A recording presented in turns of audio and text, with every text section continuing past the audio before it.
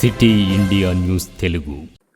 శ్రీశైలం జలాశయానికి భారీగా వరద ప్రవాహం కొనసాగుతోంది. రిజర్వాయర్ 7 గేట్లను దాదాపు 10 అడుగుల మేర ఎత్తి దిగువకు నీటిని విడుదల చేశారు. ప్రస్తుతం శ్రీశైలం జలాశయానికి ఇన్ఫ్లో 4,02,960 క్యూసెక్కులుగా ఉండగా అవుట్ఫ్లో 2,50,934 క్యూసెక్కులుగా ఉంది. పూర్తి స్థాయి నీటి మట్టం 885 అడుగులుగా ఉంది. ప్రస్తుతం 883.50 అడుగులుగా రిజర్వాయర్ నీటి మట్టం ఉంది. పూర్తి స్థాయి నీటి విలువ 215.8070 టీఎంసీలు కాగా ప్రస్తుతం 207.4103 టీఎంసీలుగా ఉంది. కుడి ఎడమ జల విద్యుత్ కేంద్రాల్లో విద్యుత్ ఉత్పత్తిని చేస్తున్నారు. దిగువన చిక్కుకున్న కారు శ్రీశైలం జలాశయ 3 గేట్లను సోమవారమే ఎత్తారు. మిగతా గేట్లను నేడెత్తారు. అలా ఉన్నట్టు నుండి 4వ గేట్ ఎత్తేయడంతో వరద ప్రవాహం పెరిగింది. దీంతో దిగువన నదీ స్నానం చేస్తున్న భక్తులు వెంటనే బయటకు వచ్చారు.